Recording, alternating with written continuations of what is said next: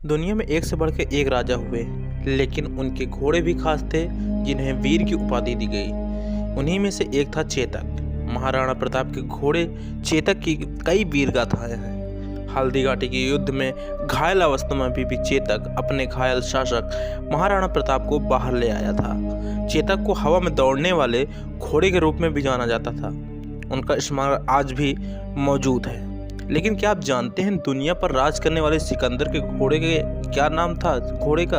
यदि नहीं तो चलिए आज हमको बताते हैं। आपको चेतक के बारे में और सिकंदर के घोड़े के बारे में पूरी जानकारी देने वाले हैं। उससे पहले अगर आप चैनल पहली बार आए हैं, चैनल को सब्सक्राइब करके बेल आइकन को प्रेस कर लीजिए ताकि आने वाले वीडियोस का नोटिफिकेशन आप तक पहले मिल जाए। चलिए शुरू करते हैं। सिकंदर का घोड़े का नाम फ्यूफेलस था।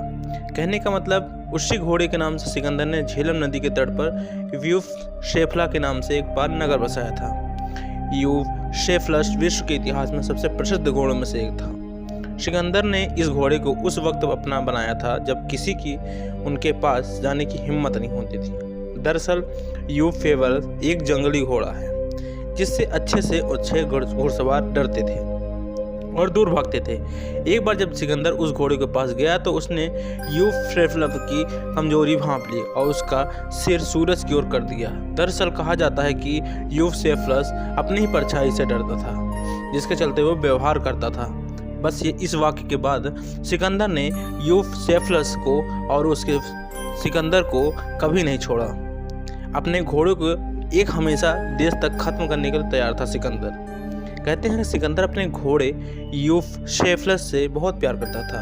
कहा जाता है यूफशेफलस युद्ध में बहुत ही उत्कृष्ट था। एक बार जब युद्ध के दौरान उसे बंदी बना लिया गया था तो सिकंदर ने यूफशेफलस को वापस न लौटाए जाने पर पूरे देश को खत्म करने की धमकी दे डाली थी।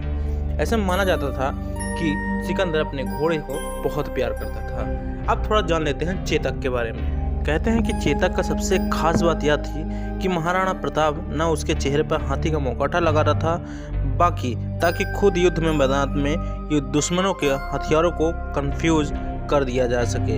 युद्ध में बाहुबल और हथियारों की अधिकता के चलते अकबर की सेना महाराणा प्रताप पर हावी होती जा रही थी, लेकिन अंत में बिजली की तरह दौड़ते चेतक घोड़े पर बैठकर महाराणा प्रताप ने दुश्मनों का संहार किया था। कहते हैं कि एक बार चेतक उछलकर हाथी के मस्तक पर चढ़ गया था।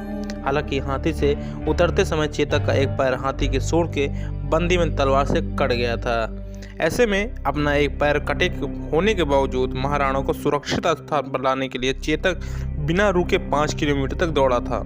यहाँ तक कि उसने रास्ते में पड़ने वाले 100 मीटर के बरसाती नाले को भी एक छलांग में पार किया था, जिसे मुगल सेना की पार सेना नहीं कर सकी थी।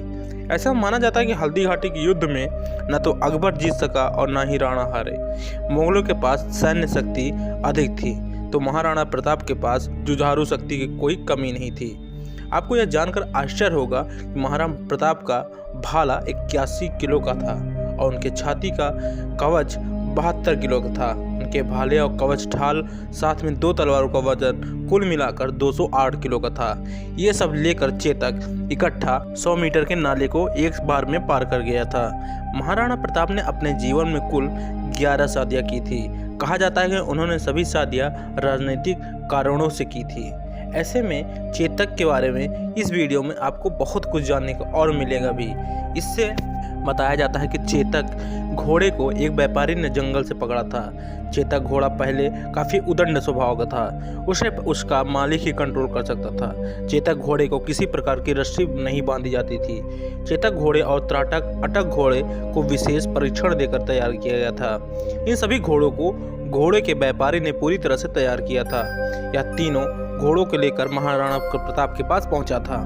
बताया जाता है कि महाराणा प्रताप तीनों घोड़े खरीद कर उन्हें आग्रह किया, लेकिन एक अनजान व्यापारी के नाते महाराणा प्रताप ने उससे घोड़े खरीदने के लिए मना कर दिया।